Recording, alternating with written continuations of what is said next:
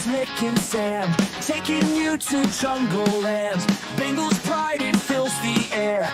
Every week we're always there.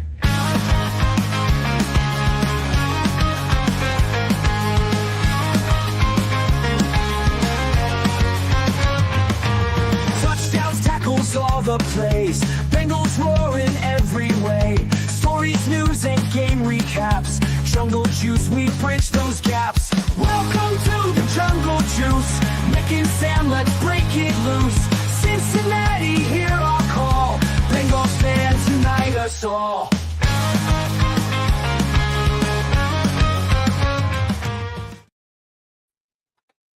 Welcome into this week's edition of the Jungle Juice podcast. I'm Sam. He's Mick. Mick, how's it going? You're now dressed. You've clearly started dressing in fall clothing. I see. Is that a sweatshirt you're rocking now? It is, and I'm wearing sweatpants. Whoa! I know. You're like the UPS man. I know that my mom always said when the UPS man wears his pants, that's the sign it's getting cold, and when he breaks out the shorts, that's your sign of it's finally spring. I didn't know UPS men were allowed to wear pants ever. I thought they had to wear shorts No, they can wear, I mean, all day, every day while they're doing their jobs. No, they're allowed to wear shorts when it's cold out. Or they're allowed to wear pants when it's cold out, rather. But okay. Have you never seen a UPS man wearing pants? I don't see UPS men in general, considering I haven't used UPS to ship anything to me, at least to my knowledge, in a very long time. Really? Okay, that's it. Well, I guess you all now up north of Kentucky, if you order something from Amazon, it probably comes from Amazon or the post office, I would assume, right? Yes. See, we don't have, what's funny is, and this is getting very off topic, is we don't have Amazon trucks since I live in rural Kentucky. So there is just a guy that delivers it in his his sedan. So it's funny that there'll just be a random sedan that'll pull up to your car and just drop off, whatever it is that you ordered. And, like today I ordered some Gorilla Glue. That's not sketchy at all. Like no. Just having a random guy in your sedan drop off packages, And then, of course, he has to take out his iPhone, too, and, take a picture of your door, which is just really funny of him leaving it and proving that, yes, I did leave it. But I don't know. Again, way off topic here to open us up. But we got a good show planned as we are, pretty much 24 hours, at least at time of recording, of Bengals football. So there's a lot for us to get to, previewing the White Bengal night tomorrow, whiteout, as they take on that other team from the AFC North. We'll also recap the Packers game because there's a lot to unpack with that game. I mean, wow.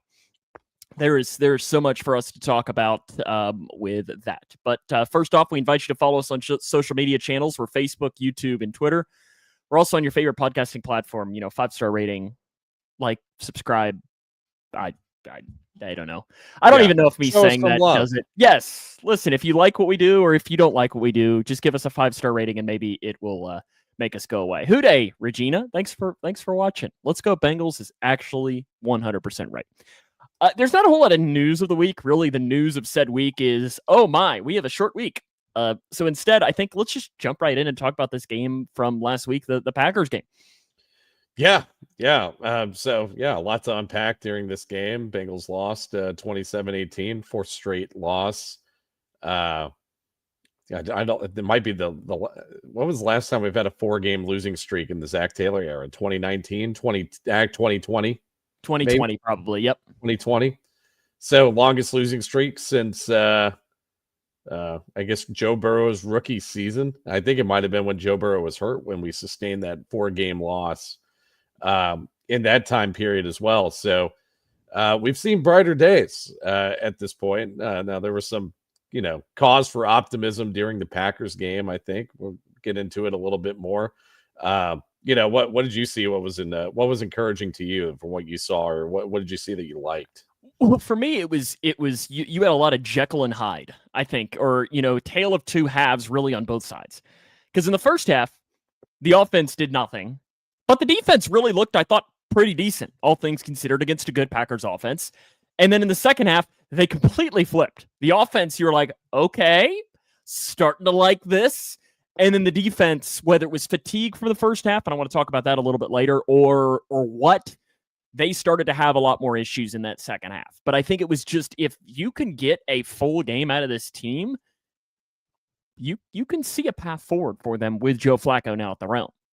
Yeah, I mean, I think the number one thing with the defense, one, I don't think it looked particularly great or even necessarily good, other than maybe a couple of players here and there. I think Trey had a decent game until he came out, and obviously DJ Turner had the game of his life with 4 passes defended, and also had the one of those pass defense led to the interception from Geno Stone on the first drive of the game.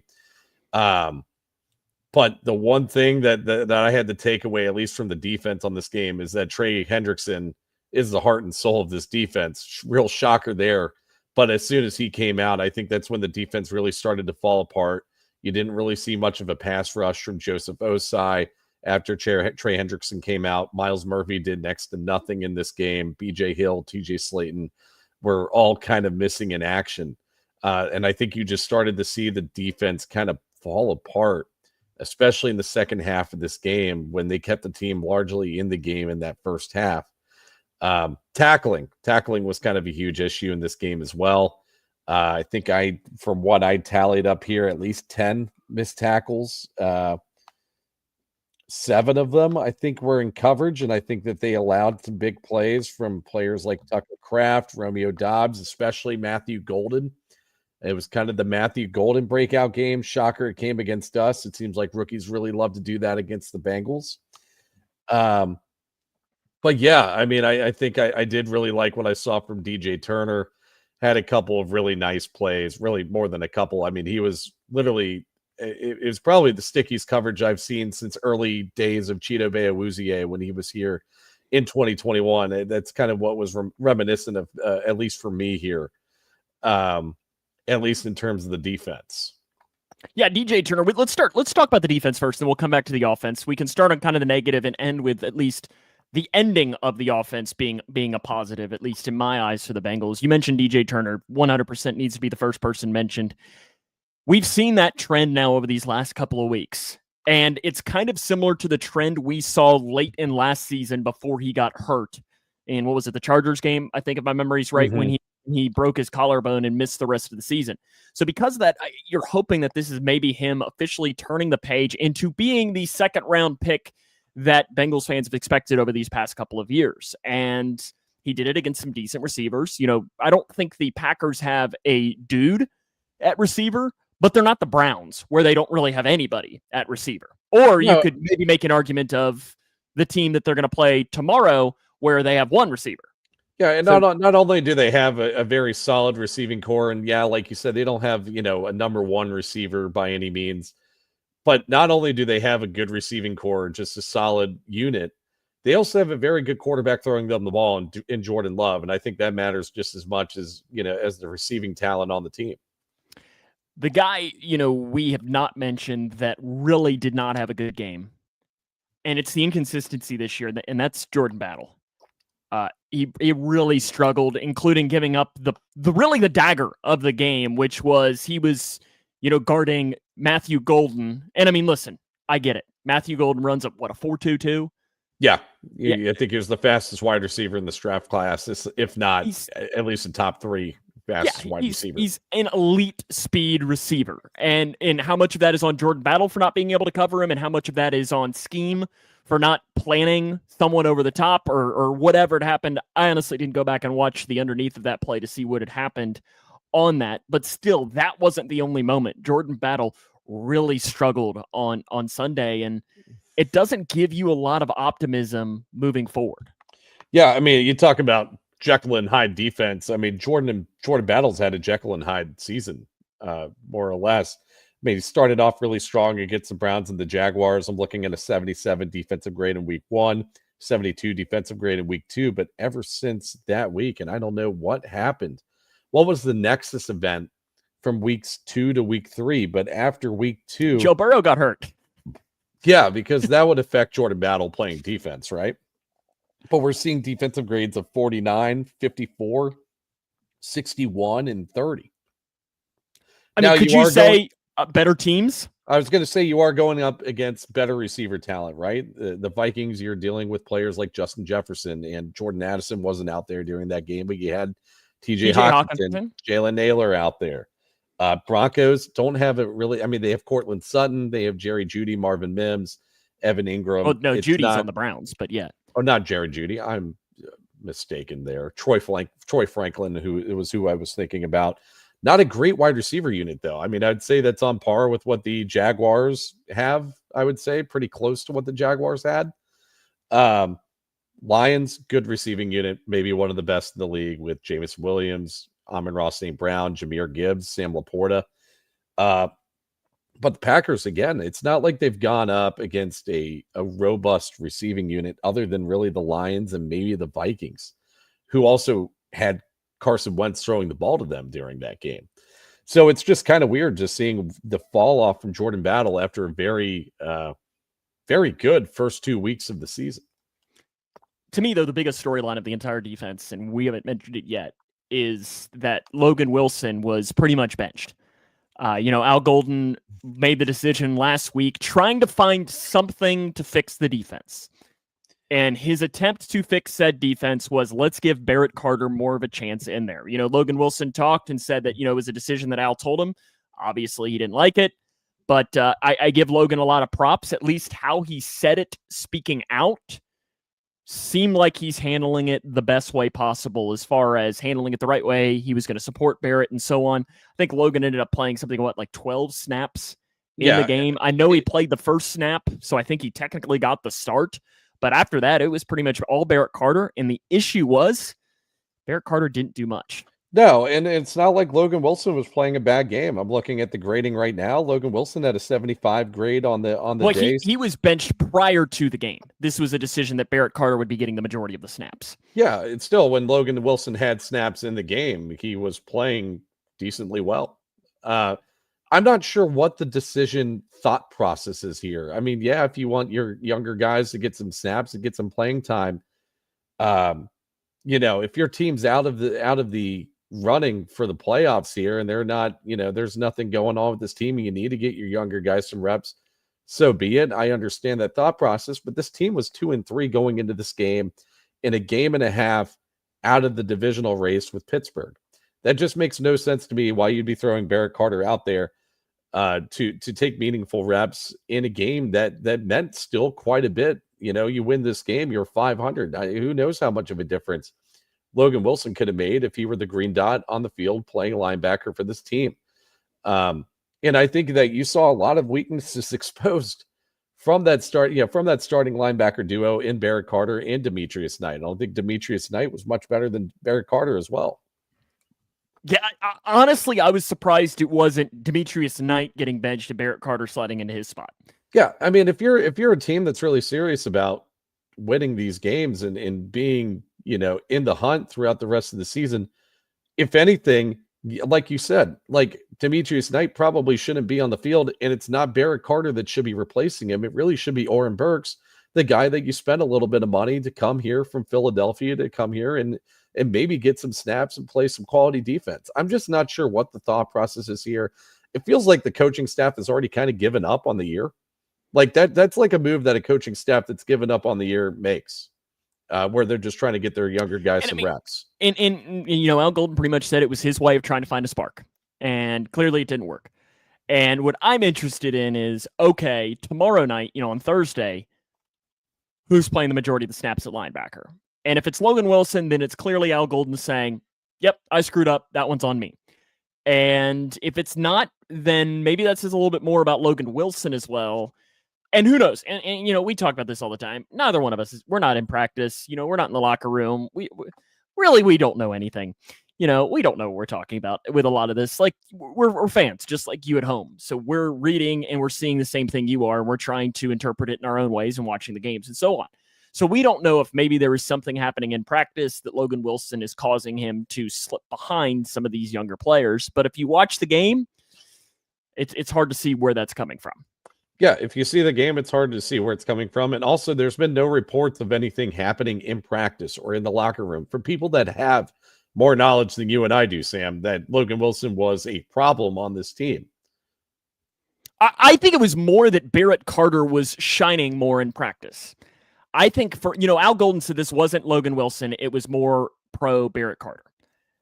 And obviously, that's what a coach is going to say. Like he's not going to do it. In fact, I just looked down. I got the notification we're 24 hours from kickoff right now. In 24 hours, we'll be rolling in the jungle, wearing our white jerseys and so on. Purcell says Bengals win 30-28. Okay, we'll have our picks a little bit later on. I hope you're right. Okay, defense. The other thing I wanted to ask you about is there was a difference. Purcell's doubling down. I like this, Mick. Bengals going to win the Super Bowl. Listen, bud, I hope you're right. Yeah, I hope you're right. Purcell's optimism here. Yes. We need more optimism on this show. Yeah, where's Lisa at when you need her? Yeah, I know. I don't know where she is. We need her optimism. The first half was better than the second half.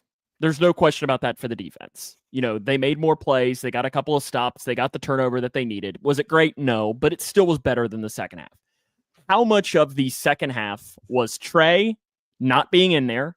How much of that was fatigue, too, because the offense didn't help out the defense at all in the first half? We're going to talk about more about the offense here in a few minutes.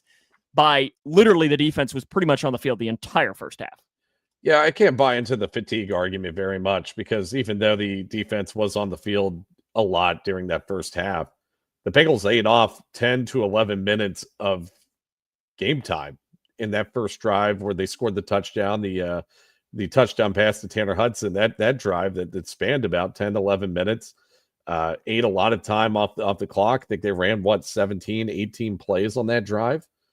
So, you know, you're counting that, which is probably what do you want to say, about 20 minutes of actual time plus another 12 minutes of time in the locker room plus another, I'd say 10 minutes of that drive before the end of the second half where Evan McPherson hit a 67-yard field goal that got iced and then he missed it. That defense had plenty of time to recover in between being gassed on the field, late in that first half to finally taking the field in the second half. So I can't really buy the fatigue argument that much. But you're buying the Trey Hendrickson. I am buying the Trey Hendrickson quite a bit. I mean, I think that, because like Rob said here, and I don't think he's wrong. It's more the defensive line not stopping the run and getting no pressure on the quarterback. No pressure on the quarterback hurts the secondary. Yeah, one particular note I want to say in terms of the run defense or just interior pressure whatsoever is this TJ Slayton signing has not looked very good to start the season. I think it was indicative of that during the game on Sunday. There's numerous times where I think, where he was just getting blown off the ball. You're watching Josh Jacobs rattle off gains of 5, 6, 7 yards just consecutively in a row. Only had one run stop on the day. His pass rush wasn't great as well. If you were thinking that TJ Slayton was coming in to become an heir apparent to what DJ Reader was as a force is in the interior of that defensive line as a nose tackle.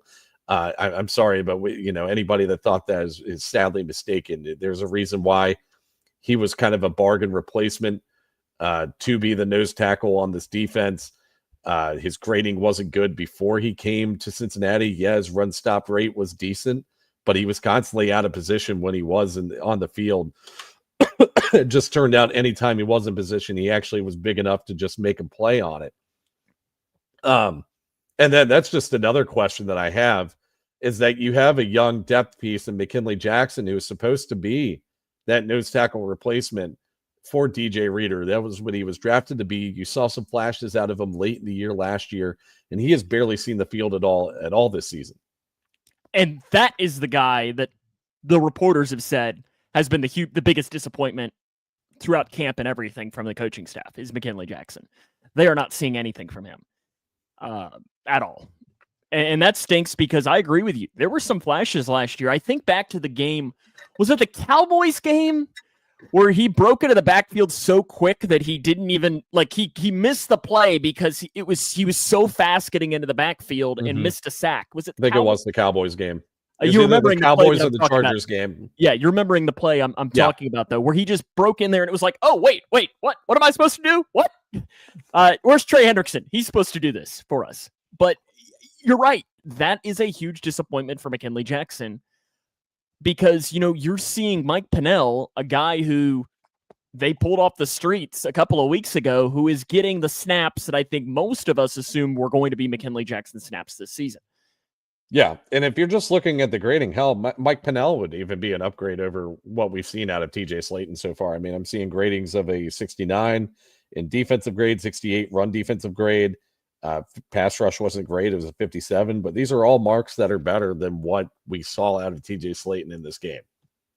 Anything else you want to hit on the defense, or let's hop over to the offense here? Yeah, I'm not sure what we are doing in terms of what our run scheme is. Not sure what happened on the play with the long touchdown run from Josh Jacobs, where the Red Sea looked like it was just absolutely parted. You know, one of us could have run through. Yeah, giant hole. I mean, only the Dallas Cowboys could allow a bigger hole in the run game. On that play. Not sure what was going on there. Like, literally, you don't account for the A gap whatsoever. Who was supposed to account for the A gap there? Because you saw both linebackers peeling off to the outer ends of the line, to the B's and the C gaps. And lo and behold, Josh Jacobs has to go to the 1 yard line to even get touched on that play. This was a goal line running play or a red zone running play. So it makes no sense to me whatsoever on that play. Not sure just what's going on in general. I think the middle of the field looks kind of weak right now. And I think that's where you need your defense to shine. You need your defensive tackles to shine. You need your linebackers to shine. You need your safeties to shine. And I feel like our outside players are playing okay. Our edge rushers are doing okay. Obviously, you have Trey Hendrickson, one of the best edge rushers in football. DJ Turner has looked great. Dax Hills had a good season. Dax Hills looked good throughout this season. But you're not seeing the interior of this or the middle part of this defense have any cohesion or play, any quality football besides from Geno Stone, who also had a fairly decent game today or on Sunday. Yeah, I think you said it well. The offense. Joe Flacco made his Bengals debut. Again, still a wild sentence for us to say. Goes 29 of 45 for 219, 2 touchdowns, 77.4 PFF grade. That was his highest this season, one of his highest over the last couple of years as well. He had one last year against the Jags, I believe, where he was over 90 when he was a member of the Colts. But Flacco as a whole, what were your takeaways? I think especially in the second half, I was more than happy with that. Yeah, I mean, I was happy with even with the first half of Joe Flacco. I know the offense didn't do anything, but you saw quick processing out of Joe Flacco. You saw him throwing the ball away or either out of bounds or at the feet of receivers when he knew something wasn't going to work, minimizing turnovers, keeping the offense as on schedule as he could, especially in the second half. I thought I saw, a pretty good game out of Flacco given, the circumstances of coming in a few days before playing. I thought that the offense, Joe Flacco especially looked pretty well. I like that they incorporated some short passing game in the second half, something they didn't necessarily do in the first half. It was a good adjustment from Joe Flacco, Zach Taylor, whatever you want to call it. I think the pass rush for the Packers wasn't getting home nearly as quickly as they were because Joe Flacco was getting the ball out of his hands a lot quicker. I think he was sacked once, right? He was sacked once, and I think the offensive line. If I would have told you this time last week, Joe Flacco will be sacked once against the Packers, you'd probably think, hey, I'll take that 100%. Yeah, I mean, I think you're just seeing Joe Flacco. I mean, I think he's kind of operating this offense somewhat to what Joe Burrow would do, except he's bailing on plays a little bit quicker than Joe Burrow would. He's not because he's not as athletic. Not as athletic. And he's 95 years old, which is part of the reason why he's not as athletic. Yeah. So, I mean, I did like what I saw out of Flacco. I think that he definitely showed a lot more than what we've seen out of Jake Browning. I thought we saw just smarter decision-making across the board, which is something that we wanted to see. I really wanted to see the turnovers get minimized. We didn't allow a turnover the entirety of the game.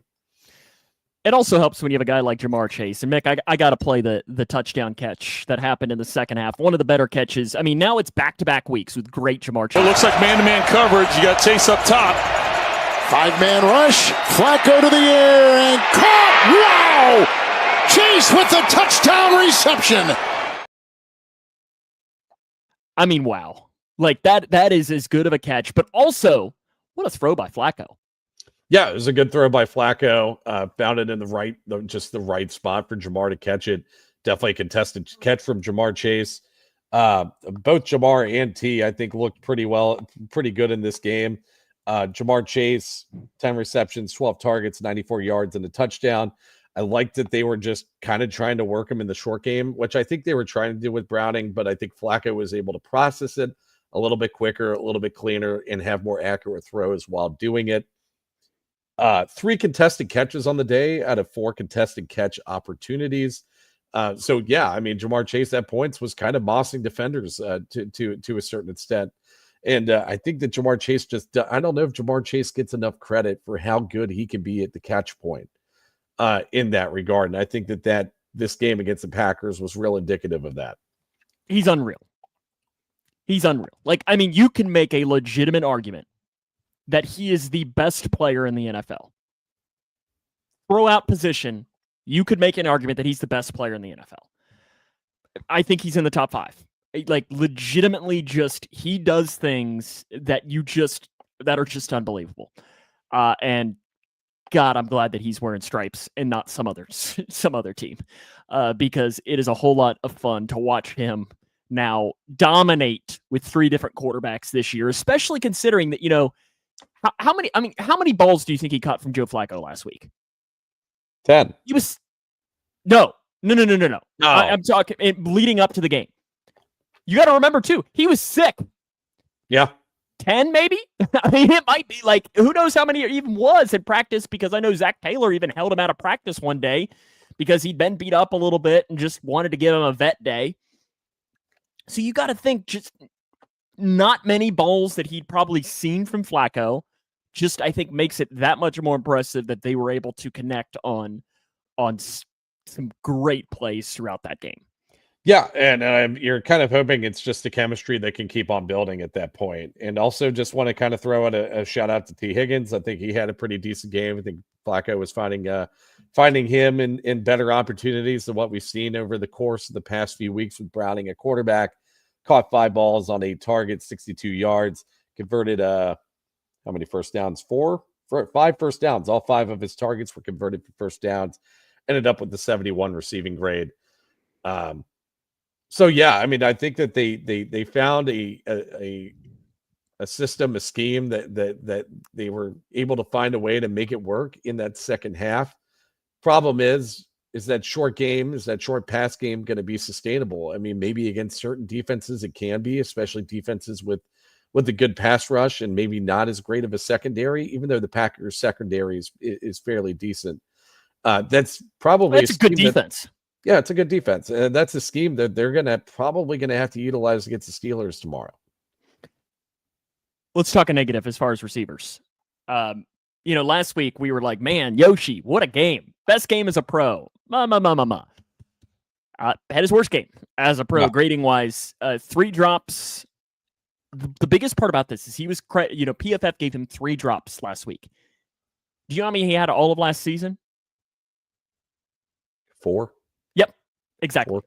4 drops all of last season. He had 3 last week. Now, that's one of those things of, okay, maybe he just had a bad game. All of us have bad days. All of us have bad days at the office. I'm sure there are days, Mick, where you go in and your accountant brain is just not there. I'll have it sometimes where I'll broadcast a game at the end of it. I'm like, yeah, that wasn't my best. That wasn't my best. And that's life. I have a lot of days where I do this podcast and I'm like, man, I did not do enough note taking for this thing. And I do that often. But I'm the Andre Yoshivash of podcasters. What a line. So is today's performance so far, is this a Packers Yoshi or is this a Lions Yoshi so far? I feel like I've done just enough notes for it not to be a Packers Yoshi. Okay. Yeah. I don't know that you've had any. Last week you did have your big drop where I tossed. I was going to say, last week might have been Packers Yoshi for me, honestly. But I actually did notes for that game too. I probably just wasn't paying attention. As I should have. I just don't think it. But Yoshi, I mean, to me, I'm not really concerned. I mean, he's not been necessarily great this year. He had his 1 good game. Now, if he continues to have issues tomorrow, then we need to talk. Yeah, and honestly, I know he was, credited with 3 drops, and he did have 3 drops. That first drop, he was going to get lit up anyways. That play wasn't going to go anywhere. I'm not really going to fault him for not catching the ball. Honestly, it probably would have been better yeah, that he didn't catch the ball because there was a defender right on him.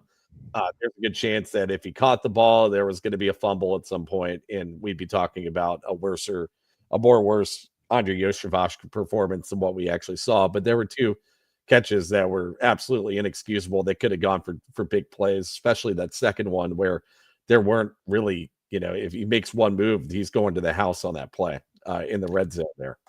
Wesley asks, Spenny told me that Burrow gets sacked 100 times per game because of wanting another option to throw to. By doing that, he gives up a blocker. Is there truth to this? There has to be an explanation. Mick?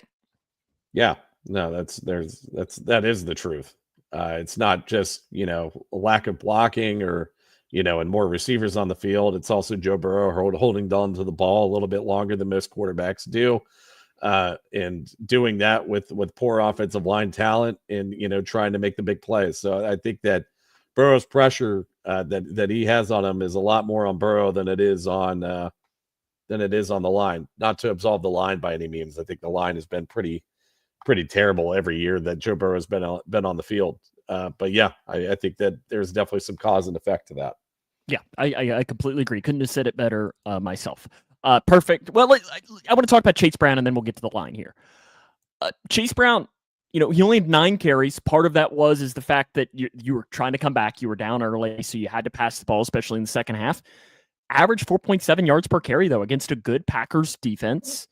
But the biggest thing that stands out, and I know this is something you've really been calling for and claiming for, is that he averaged 3.3 yards after contact. Which that number has been atrocious for him really all season long. And hopefully maybe you're seeing that trend a little bit in a positive direction for Chase Brown. Yeah, I mean, I think that the run scheme got a little bit better, especially down the stretch in this game. And I think that they committed to it a little more. They didn't bail from it, as you would have seen in prior games from Zach Taylor. Probably helps that they were in the game score-wise for the majority of this game. So I walked away, not impressed with Chase Brown, but, I think it's maybe starting to tick in the right direction.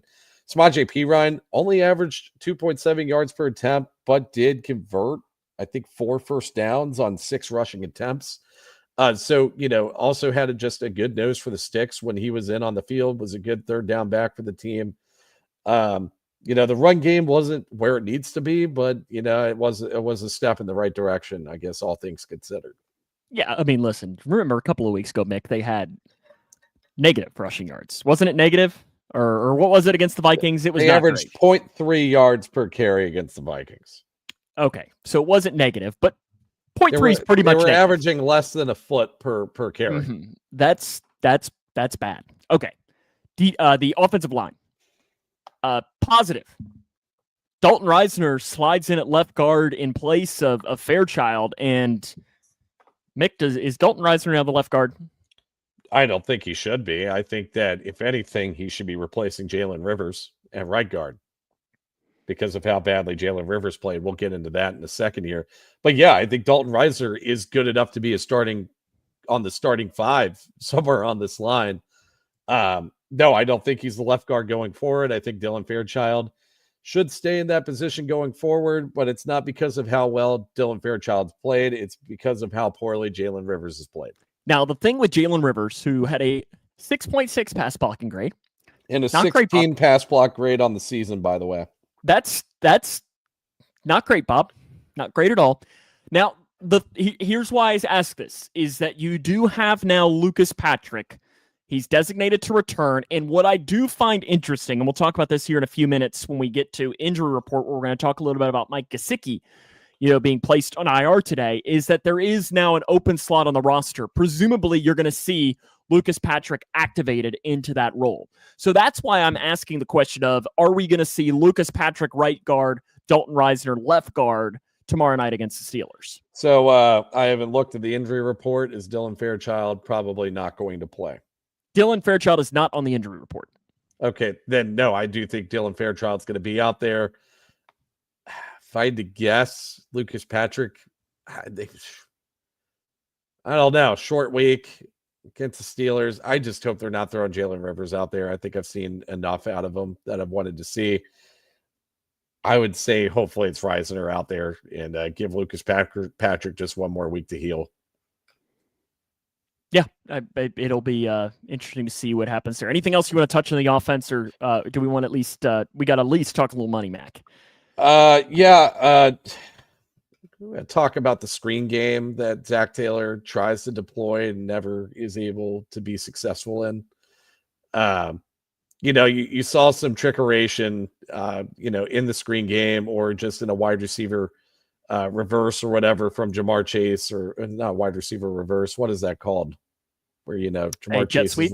A jet sweep from Jamar Chase. Thanks. My words were escaping me there. Why can't we convert anything in that regard? It's just like, it's so vanilla. There's no window dressing on any of these screen plays or extension of the run game, whatever you want to call it. And also it doesn't help that the run game doesn't exist, has been essentially non-existent, has been a good run blocking, run scheme team for a while now. And you're trying to build off of that with screens. Teams aren't buying the screen plays that we're putting out there. And it's just like, that's really what your entire game plan was in the first half. You try to abandon that, earlier on in the game. Maybe this offense is moving the ball further down the field. So, wanted to rant about that for a second. Let's talk about Money Mac. Oh, he's so close. I mean, it's one of those moments, he lines up for a 67-yard field goal. And I know when the moment was happening, I said, yeah, put him out there. I was talking to myself. That was going to be one of those that I was like, yeah, give him a chance. You have a higher chance of him hitting a 67-yard field goal probably than throwing a Hail Mary for a touchdown. It's just one of those things. And then he goes out there and he kicks it. And when he kicked it, I saw the official running in with timeout. And I was like, oh, he made it. I was like, oh, dang it. That would have been a record for 67 yards. And I knew he wasn't going to make it the second time. I just knew it. No. I mean, that sucks for him, though. It's incredible that he made it the first time. You had an NFL record in a tough place to kick, too. Yeah. Really windy, a wind tunnel in Lambeau Stadium. That's a hard place to kick. I think it's up there with, let's say Heinz Field or Acrisure Stadium, whatever the hell it's called. In terms of one of the tougher places to kick in the NFL. But, I think he went 1 for 3. I read nothing into that. I think he's been really good this year. He missed a 67-yard field goal. Honestly, I don't count that as a miss at all. Because really, that was a Hail Mary. It's kind of like, how the NFL is trying to say that, aren't they trying, or no, it's the NBA that's trying to make the rule that last second heaves shouldn't count as a missed field goal. Mm-hmm. I don't know if you've seen that, whether it goes through or not. It's almost like a kick like that is clearly like a last second heave almost should not count. And then the one in the fourth quarter, late in the game, he's kicking a 57, 56, whatever, into 20-mile-per-hour winds at Lambeau. I read nothing into that at all. So I think Money Mac has been really good this year. Yeah, so I'm not. It was a 56-yard field goal 56. attempt. Yeah, I'm into not 20-mile-per-hour winds at Lambeau. I read nothing into that. Yeah, I'm not too concerned about Evan McPherson whatsoever. Like you said, I think he's had a pretty good year so far, especially given just what the dynamic of the team has been. So yeah, I'm not concerned. All righty, let's jump into Thursday night football, 8:15 Eastern on Thursday on Prime. Al Michaels and old Kirk Herbstreit. I guess maybe we get the chance to meet Peter tomorrow. You going to bring Rory to meet Peter? Kirk's dog? Yeah, sure. Have you not followed along with Kirk always brings his golden retriever Peter? I was going to say around. He's like flying the plane with. I've seen him flying on the plane with the Kirk Herbstreit. He might be flying the actual plane. I don't know, but yeah.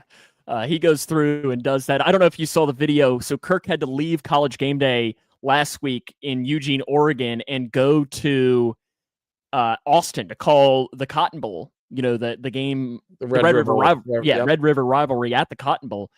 And they were driving like a Jeep, and Peter is just in the back seat, living his best life in the truck bed, just smiling away while Kirk is still on the show and so on. But they'll be on the call. Best life. The ruler of the jungle will be Andrew Whitworth, Big Whit. You called it again. Somebody said no, it won't happen. Not naming any names as to who might have said that, but I do. It was me. Yeah, I'll be interested to see how they pull it off. I read Bengals.com has a really good interview with him. Like, how are you going to pull that off? Are you okay with doing this? And he's like, yeah, I love to be honored. And pretty much they also said, are you ready to be inducted into the Ring of Honor? And he goes, oh, well, I hope that comes. Wait, that's first time he's on the ballot. I think he's a first ballot Ring of Honor inductee, right? Depending on who's on there, yes. I guess maybe if Gino and AJ Green. Gino and AJ Green, exactly. But so maybe you'll have Marvin Lewis. Maybe Marvin's on there. I feel like they'll give Marvin his flowers. Okay, at some point. So there you go. You get to vote for 2 out of the Marvin, AJ, Gino, and Witt. What are your 2? I'd probably go. Yeah, That's tough. I mean, Gino's a lock. Gino's number 1 for me. It's not even close. And then I'd go Witt. I'd probably go AJ, but it's close. It's like 1A and 1B, or 2A and 2B at that point. And then Marvin's next. But I will not be upset if Marvin gets his name up into the Ring of Honor at all. It is White Tiger night, so white Bengal, white out. I've got my white jersey ready. You've got, I guess, your Jermaine Pratt white jersey ready? I might be going shopping tomorrow. Honestly. Oh, I might be going pullover. I'm not sure. I might look for a white pullover tomorrow. Oh, fancy! Look at that. I've got my white Bengal hat here as well. Clay Martin is the ref. Bengals 2-2 with Clay Martin, which is interesting because he's been a head official since 2018. He's been around for a little bit. It's interesting that they've only had him 4 times. The games: 2019 at the Ravens, Chargers 2020. Burrow's first game. Shout out to Fat Randy. Wild card game against the Ravens in 2022. And then a game that I'm hoping is a good omen. Cardinals 2023. If you remember, that was kind of a moment where things turned a little bit for that team. Big win, they needed one. Kind of fits into tomorrow night where the Bengals really need a win. Coming up in a big slot. So again, Clay Martin is the official. The injury report: Mike Gesicki was placed on the IR today with a pectoral muscle. They didn't say designated to return. We have not seen anything as far as whether he will be back this year or not. But it also doesn't help that your other person that is officially out is Tanner Hudson. So the Bengals are down 2 tight ends tomorrow. Cam Grandy season. Yay. So you'll be seeing a lot of Noah Fant, Cam Grandy, and Drew Sample. Can't wait. Can't wait for that. Charlie Jones, Lucas Patrick, and Trey Hendrickson are questionable. It is notable Trey Hendrickson did not practice, though, at all this week. Now, I feel like, and you can disagree with me, Mick, I feel like Trey is one of those guys in the Bengals realms that he doesn't really need to practice. They will trust him to go in there and do it. And it might be one of those things that they say, hey, Trey, can you give us 10 snaps even? Yeah, I think that I don't think it's out of the question that he could potentially play in this game. Also, with it being a short week, I'm not reading too much into not participating in a Tuesday or Wednesday practice, just given the short turnaround time. But also just given the stakes of this game. And like you said earlier to me, a couple days ago, this game is the season. Like if they don't win this game, the season's over. They don't win this game and they don't even look competent this game. I think Zach Taylor should be sent packing, in all honest opinion. Because you get the second bye week this week, that they like to say, where you get a weekend off. Yeah. And I think that you said if there was a time, where Zach Taylor is going to get the axe, just for the team not being where it needs to be and not playing as well, this is probably the week where it might happen if they don't win this Sunday if they don't win tomorrow. My mistake there. So yeah, I mean, I think they're going to have to pull out all the stops in this game, and if that does mean having Trey Hendrickson play 10, 15 snaps, then it's got to be the case. For the Steelers, Calvin Austin and Miles Killebrew are out. Malik Harrison and Deshaun Elliott are questionable. Elliott is questionable, though, with a personal reason. So he has not been at practice all week due to personal reasons. Now and I did see a tweet earlier that he is not traveling with the team today, but could still get to Cincinnati tomorrow for the game if his personal reasons clear up. Obviously, we're not speculating as to what that could be. It could be anything, and send our best to him without question. Okay, let's go into this game. Bengals offense against the Steelers defense. Mick, I'll let you start off. Yeah, I mean, I think that it's going to be another tall order, honestly. I mean, it seems like every single week the Bengals have played so far this year, they've just gone up against elite defensive play. And it's going to be the case, at least for some of these, aspects of the Steelers defense, most notably, as it has been pretty much every year since we've started watching football. It's their pass rush. You've just got a laundry list of dudes on this pass rush. Starting with TJ Watt, who has an 81.2 pass rush grade on the year, 15% pass rush weight rate, has 4 sacks on the season. You have Cam Hayward, who has been just an all-time great in the interior of the defensive line. A down year from what he did last year, but what he did last year, he was the best interior defender in football this year. And he's also like 95 years old, too. He's also, he's not even the oldest interior defensive lineman in the league, believe it or not. But still, pretty damn good season from Cam Hayward as well. 76.5 pass block grade, 15% pass rush win rate. That's among the top of the league for interior defensive linemen.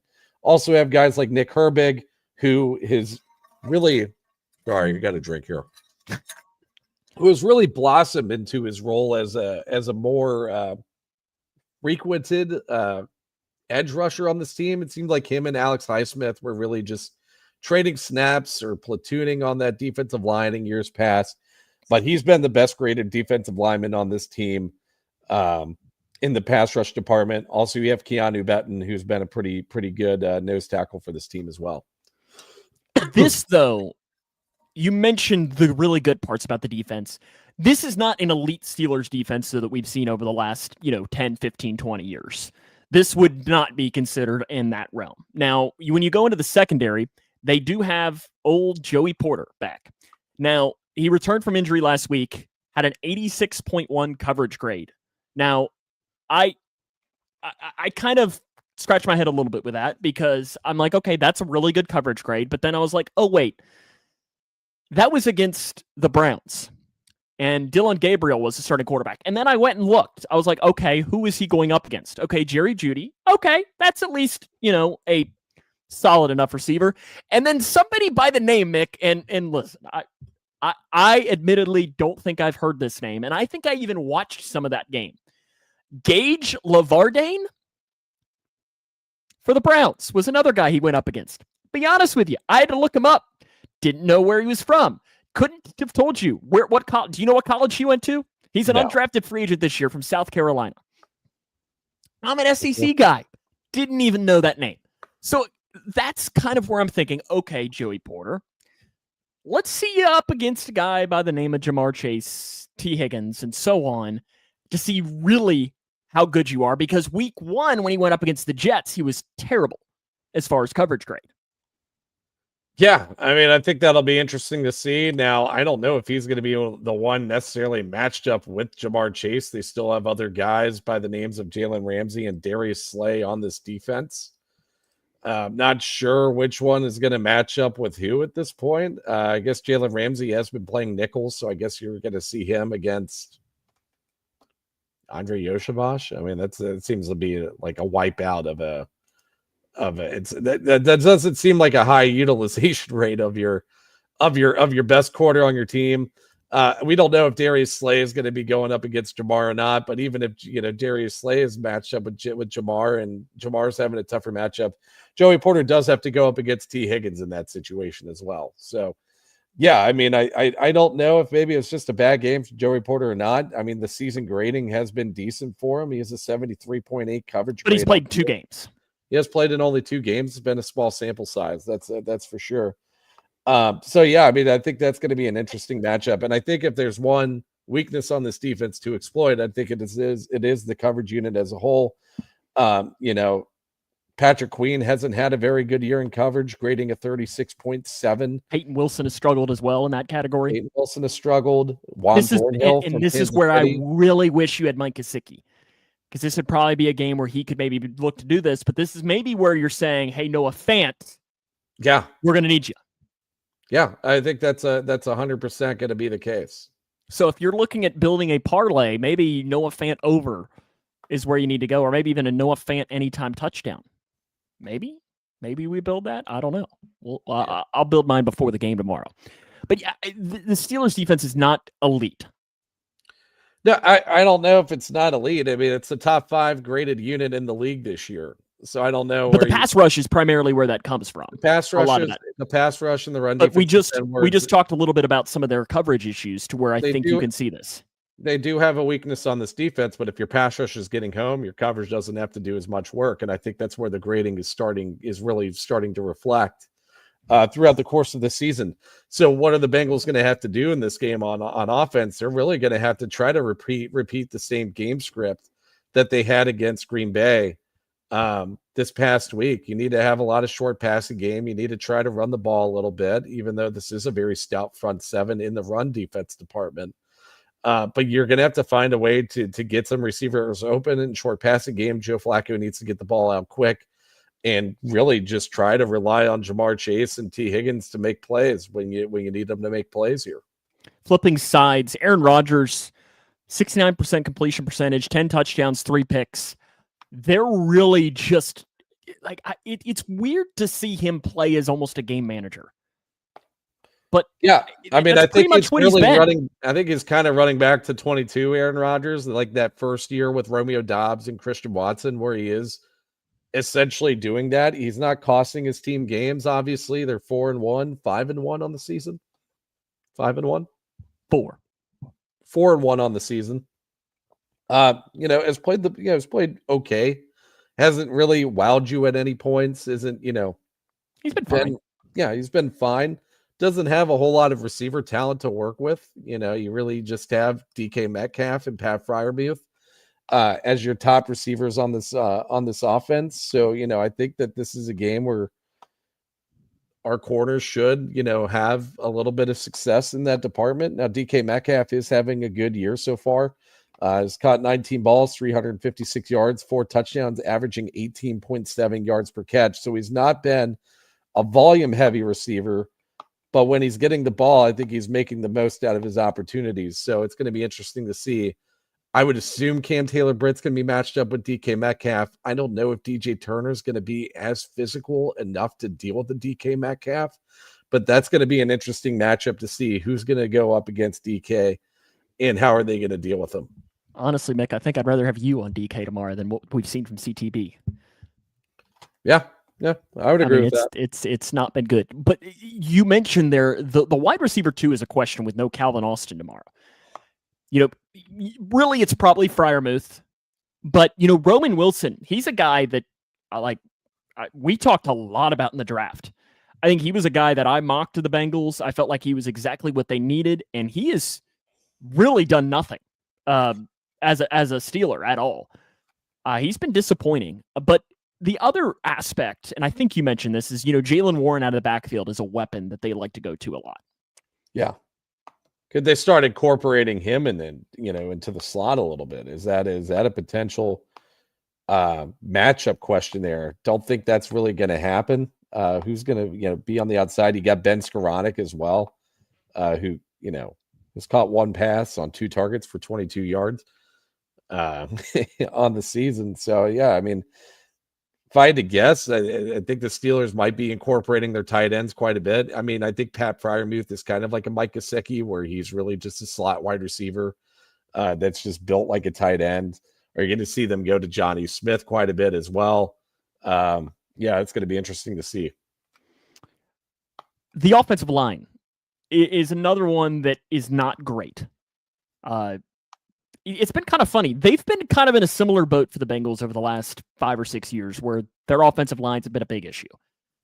And they've done some things to throw at it. Both teams have thrown high draft picks.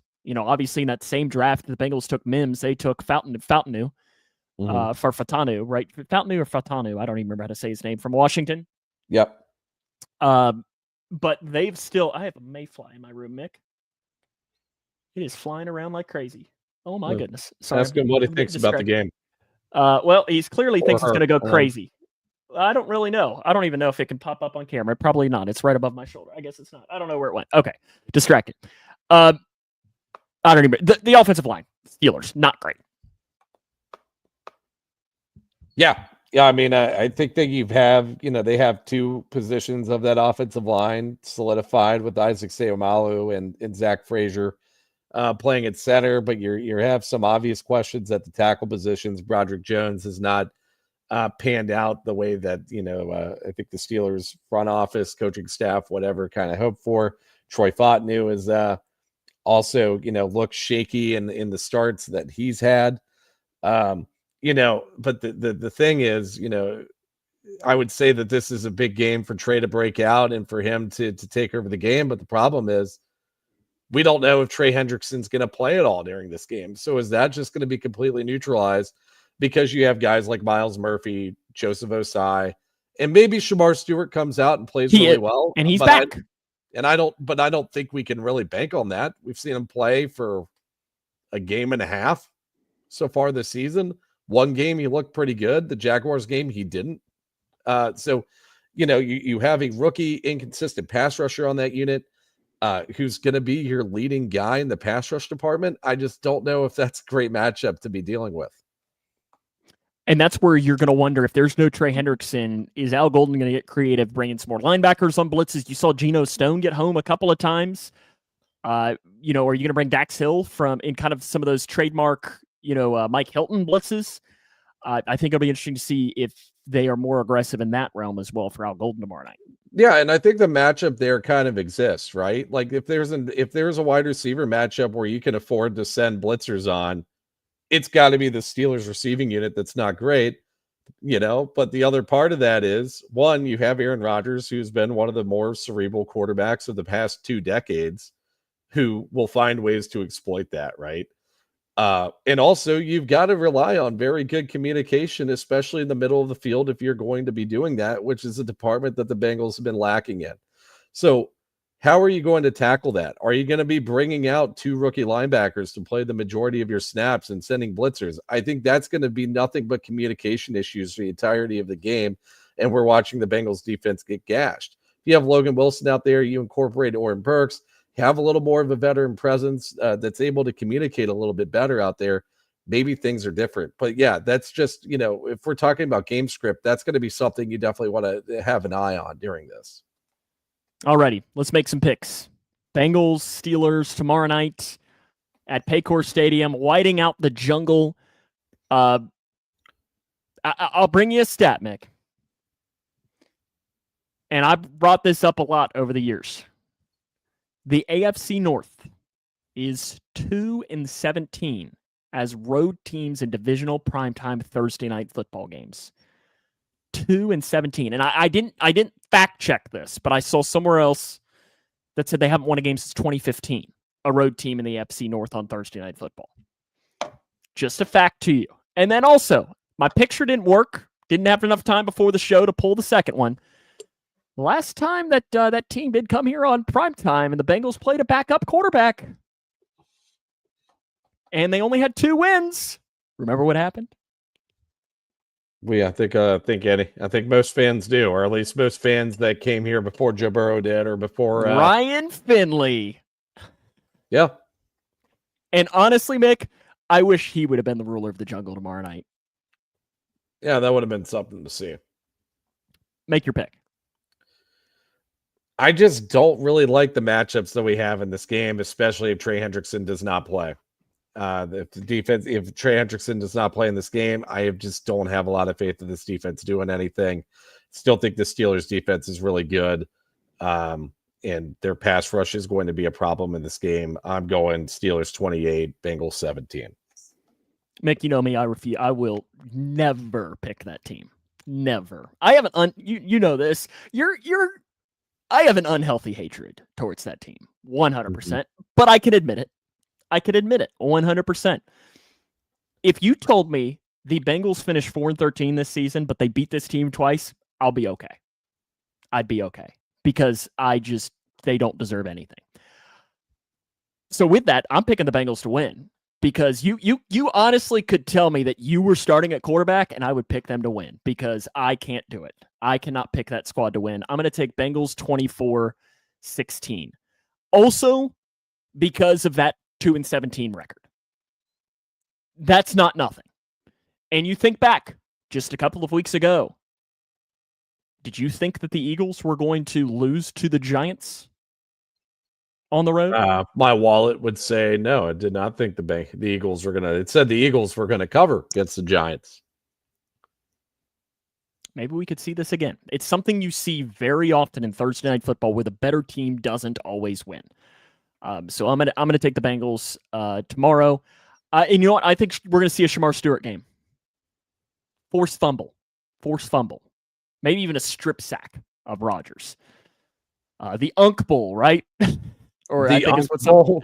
that's what NFL called it. Did you see the the official, AARP Bowl? Like, that's I've seen someone else call it the Icy Hot Bowl. the Icy Hot Bowl. Okay, that's what I saw. I think. Yeah, NFL. The actual official NFL page called it the Unk Bowl, though.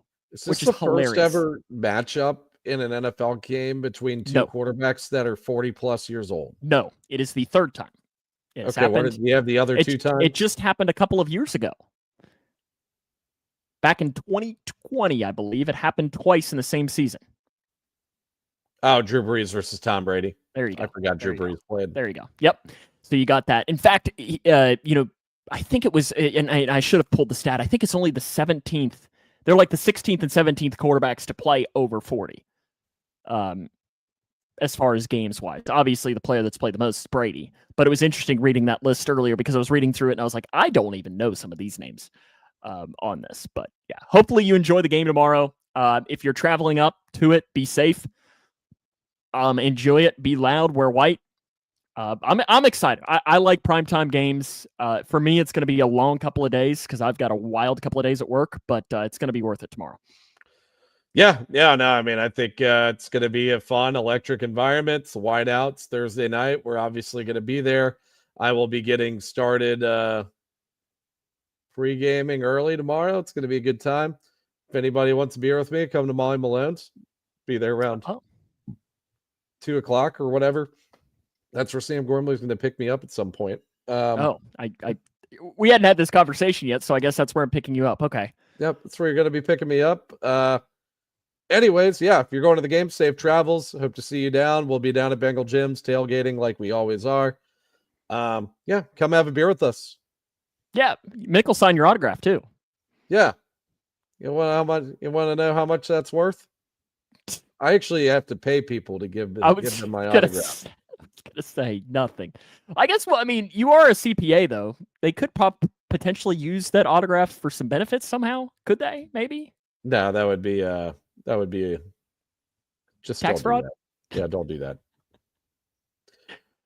We'll see you next week. Remember to like, subscribe, follow us on your favorite podcasting platform. 5-star rating as well. Mick, Kude, and we'll see you next week. Kude, thanks for watching.